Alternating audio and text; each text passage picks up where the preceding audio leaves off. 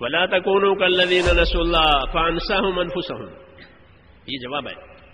ایسا نہ بنو کہ اللہ کو بھول جاؤ. اگر اللہ کو بھول جاؤ گے تو اللہ تعالیٰ تمہاری ذاتوں کو تم سے بھلا دیں گے، پھر نشہ چڑھ جائے گا، پھر نعمت کا نشہ چڑھے گا. ہاں، تاجر کو تجارت کا، مالدار کو مالداری کا، زمیندار کو زمینداری کا، عہدے دار کو عہدے داری کا. ہاں، جن میں نشہ ہے اس نشے سے غرور پیدا ہوگا، وہ دھوکہ کھائے گا. اس لیے فرماتے تھے کہ نعمت سے بھی چوکنا رہو. دنیا داروں کا ہی طریقہ ہے کہ نعمت کی بڑھوتری میں لگ جاتے ہیں کہ اور بڑھے اور بڑھے اور بڑھے. یہ نہیں کہ یہ مجھے کیوں دیا ہے، یہ نعمت مجھے کیوں ملی ہے، مجھ سے کیا کام لینا چاہتے ہیں. فوجوں کو گاڑیاں دیتے ہیں، سہولتیں دیتے ہیں، ہتھیار دیتے ہیں، گھوڑے دیتے ہیں. بہت بڑا خرچہ فوج پر ہوتا ہے ہر حکومت میں. وہ کیوں؟ ان کو سہولت دینے کے لیے کہ نا ان کے ذمے ہے حدود کی حفاظت. اس حدود کی حفاظت کے لیے سارا سامان ان کو دیا ہے. انہیں شکار کرنے کے لیے گھوڑے نہیں دیے ہیں، انہیں بندوق شکار کرنے کے لیے نہیں دی ہے، یہ ہوا کھانے کے لیے نہیں دی ہے، کچھ کام کے لیے دی ہے. ایسے ہی بندوں کو اللہ تعالیٰ کی نعمتیں، خاص کر کے ایمان والوں کو، کہ ایمان والوں کو اللہ کی نعمتیں ایمان کے کام کے لیے دی ہے. ان کے ذمے دنیا میں ایمان کا کام ہے، ایمان کے حدود، ایمان کی سرحدیں، ایمان کے حقوق، اس کی حفاظت کرانے کے لیے ان کو یہ دیا ہے نعمتیں. تو میں کہہ کہ دنیا والوں کا طریقہ نعمت کے بارے میں یہ ہے کہ وہ بڑھتی رہیں، ہاں، اور اس سے اپنی خواہشیں پوری کرتے رہیں. جی ہاں، یہ. اور نبیوں کا طریقہ نعمتوں کے بارے میں کیا ہے؟ کہ نبیوں کا طریقہ نعمتوں کے بارے میں یہ ہے کہ وہ نعمتوں کی بھی قدر کرتے ہیں اور نعمت کے ساتھ ساتھ نعمت دینے والے کی شکر گزاری بھی کرتے ہیں. کہ نعمتوں کو وہاں خرچ کریں گے جہاں نعمت دینے والا راضی ہو جاوے. یہ نبیوں کا طریقہ ہے کہ مجھے نعمت دی ہے اللہ نے، تو میں اپنی نعمت سے اللہ تعالیٰ کو راضی کروں گا. یہ نبیوں کا طریقہ. جیسے اللہ تعالیٰ نے قارون سے فرمایا وابتغ فیما آتاک اللہ الدار الآخرہ، ہم نے نعمت دی آخرت بنا لے. کچھ نہیں بنائی تو آخرت بھی گئی اور دنیا بھی گئی. یہ خالی قارون کے لیے نہیں ہے، یہ سب کے لیے ہے. قرآن میں اس لیے نازل ہو، قیامت تک پڑھا جائے گا. یہ قیامت تک رہبری ہے قرآن پاک کی. تو نبیوں کا طریقہ نعمتوں کے بارے میں یہ ہے کہ جو نعمت ملے اس نعمت سے نعمت دینے والے کو راضی کرنا ہے. اس کی توفیق مانگتے ہیں کہ اللہ اس نعمت سے میں تجھ کو راضی کر لوں. مسنون دعاؤں میں دعا مانگی ہے.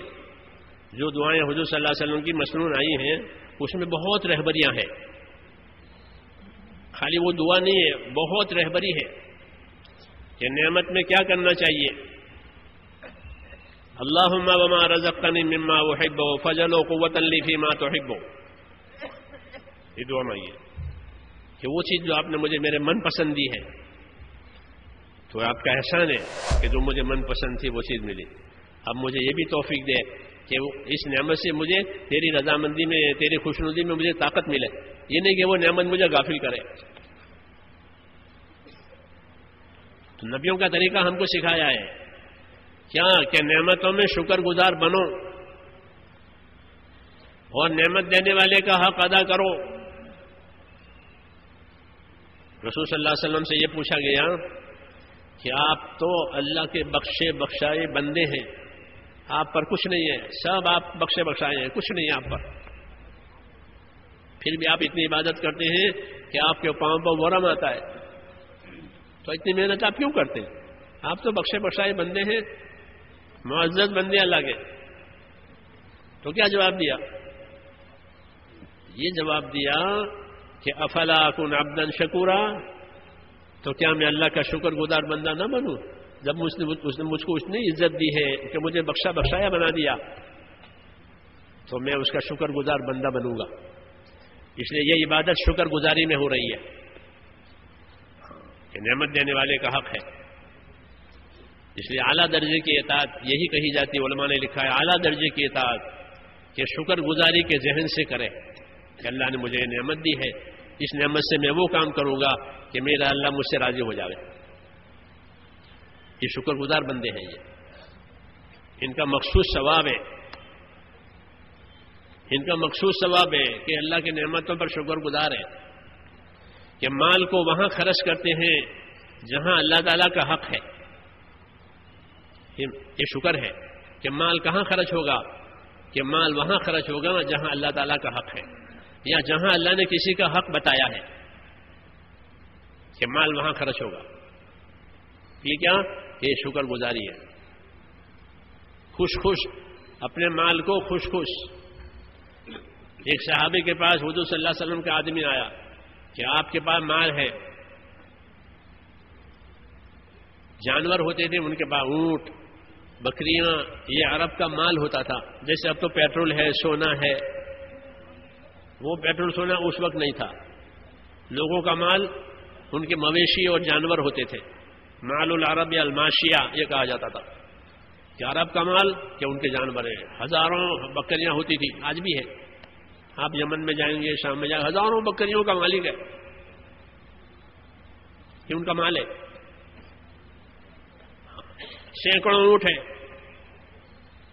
جنگل میں چرتے ہیں اور ان کے بچے کچے ہوتے ہیں، بڑھتے رہتے ہیں، تو ان پر زکات آتی ہے. جانوروں کی زکات جیسے سونے چاندی کی زکات ہے. اب تو لوگ زکات بھی پوری نہیں دیتے. ہاں، زکات پوری نہیں دیتے مسلمان.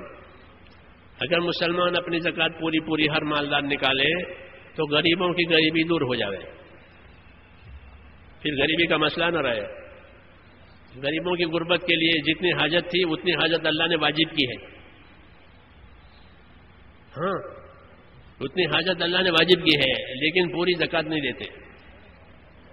حضور صلی اللہ علیہ وسلم زکات دینے کی دعوت دیتے تھے. اس لیے خالی دعوت 5 کاموں کی مت سمجھو.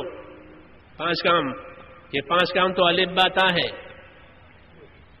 ہاں، یہ تو الف با تا پرائمری، آگے ہے فائنل. یہ تو ابتدا لوگوں میں رغبت پیدا کرنے کے لیے، آخرت کی فکر پیدا کرنے کے لیے ہے. آگے ہے دین پورا. تو ساتھی بھی دھوکے میں نہ رہے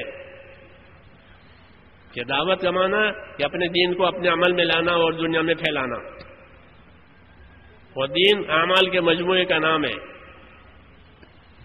اس میں عبادات بھی ہے، اس میں مالیات بھی ہے، سب چیزیں ہیں اس میں. وہ زندگی میں لانا ہے، خالی پھرنا نہیں ہے. پھرنا بھی اسی لیے ہے کہ بات سمجھ میں آوے، بات کا یقین آوے، خوف آوے، تاکہ صحیح کام کرے. اس لیے اس کو آخری نہیں سمجھنا کہ فائنل ہے. یہ تو مولانا اجاز فرماتے تھے کہ ہمارے قافلوں کی نقل و حرکت یہ تو ہمارے کام کے الف با تا ہیں. یہ فرماتے تھے. اس لیے اس کو آخری مت سمجھنا. اور بہت سے فرائض باقی ہیں، اگر وہ پورے نہیں ہوئے تو اس کا جواب دینا پڑے گا، چاہے جماعت والا ہو یا بے جماعت والا ہو. اللہ کی رشتہ داری کسی سے نہیں ہے. مولانا اجاز صاحب یہ فرماتے تھے کہ میری تمنا ہے کہ ہر مسلمان جو مالدار ہے اپنی زکات پوری علماء سے پوچھ کر ادا کرے. کتنے مالوں میں زکات ہے، کتنی زکات ہے، کب ہے، کس کو دینا ہے. لیکن زکات کا شوق نہیں ہے، زکات کا جذبہ نہیں ہے. حج بھی بہت کریں گے، عمرے بھی بہت کریں گے، حالانکہ حج پوری عمر میں ایک ہی مرتبہ فرض ہے. حج کتنی مرتبہ فرض ہے؟ کیوں بھائی؟ حج ایک ہی مرتبہ، اور زکات ہر سال فرض ہے، ہر سال. تو نفل حج ہوں گے اور فرض زکات ادا نہیں ہوتی. یہ جذبے کا نام دین، جذبے کا نام دین نہیں، طریقے کا نام دین. حج کا جذبہ ہے، عمرے کا جذبہ ہے تو ٹھیک ہے، لیکن وہ جو فرائض باقی رہ جاتے ہیں اس کا کیا ہوگا؟ وہ تو اللہ کا حق ہے اور مسکینوں کا بھی حق ہے، وہ حق تو مارا گیا، عورتوں پر بھی مردوں پر بھی. اور کتنی کتنی لائنوں کے مالوں کی زکات ہے، وہ علماء سے پوچھو. خالی کیش پر زکات نہیں ہے کہ بھئی کیش کی زکات دے دی یا کوئی چندے والے آئے تو اس کو دے دیا. یہ بھی غلطی ہے کہ اپنی زکات کو، اپنے صدقے کو غریب کی ضرورت سمجھتے ہیں. غریب کی ضرورت نہیں ہے، آپ کی ضرورت ہے.